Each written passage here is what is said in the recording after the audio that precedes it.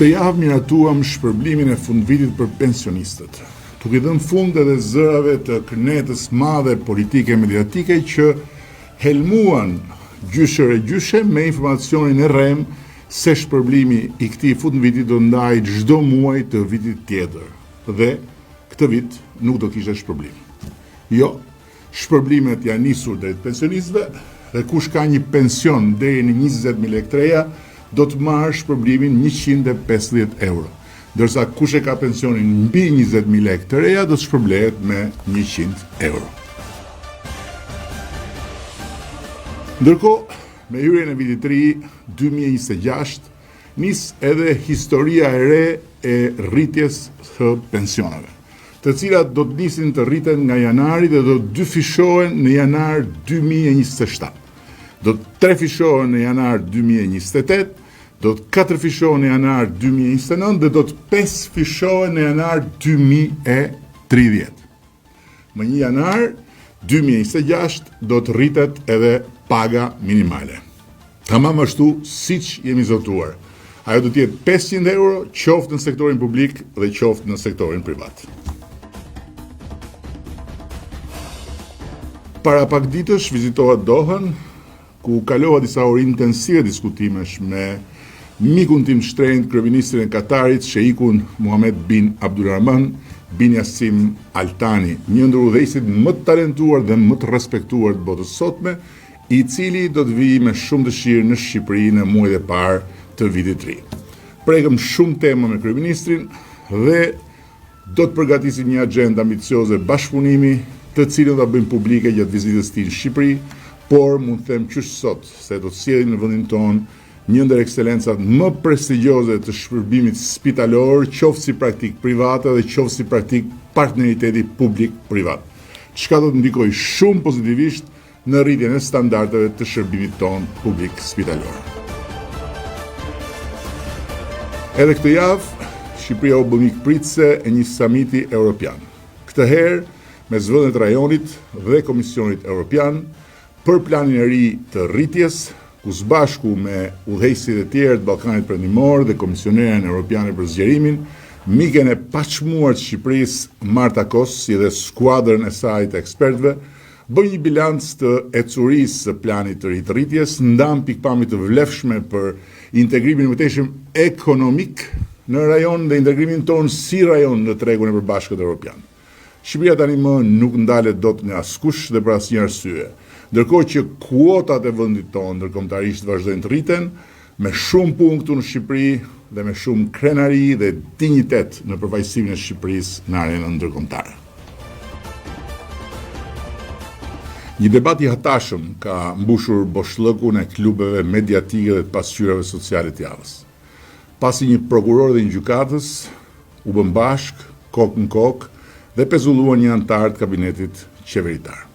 Unë nuk dua të hyj në asnjë debat për një absurditet kaq të rrezikshëm sa ky dhe pres me durim që gjykata kushtetuese t'i jap drejtim çështjes së kësaj rruge të pashkelur askund në Europë, po me sa jemi informuar deri tani askund edhe në botë.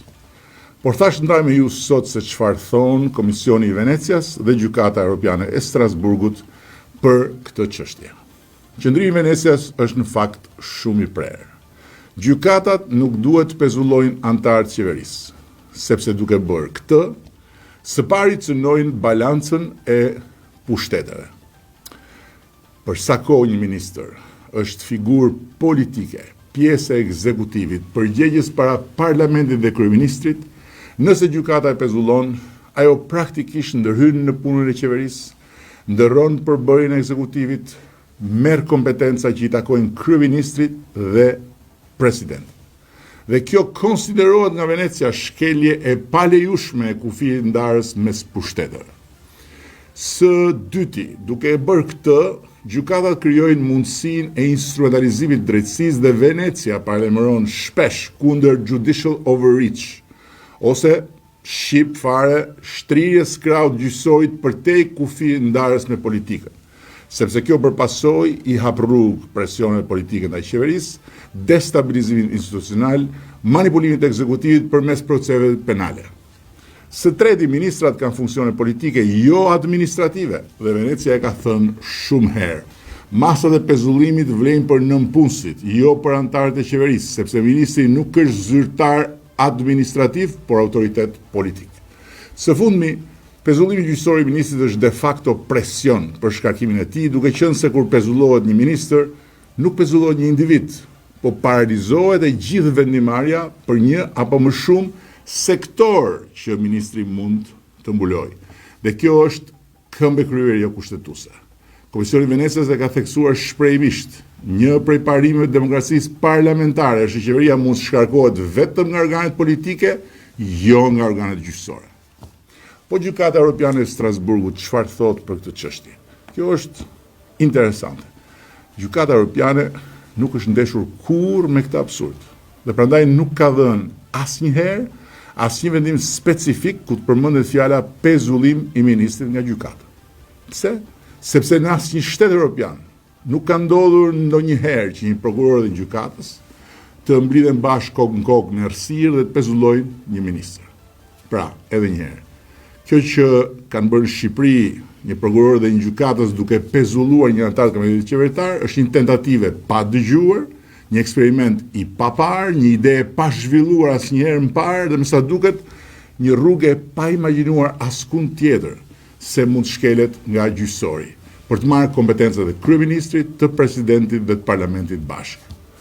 Por ama ka disa parime, shumë të qarta të gjykatës evropiane që e ndalojnë parimësisht këtë aventurë antidemokratike. Së pari Strasburgu thotë se masat e sigurisë nuk mund të përdoren për qëllime politike, jashtë proporcionalitetit dhe për të ndikuar ekzekutivin.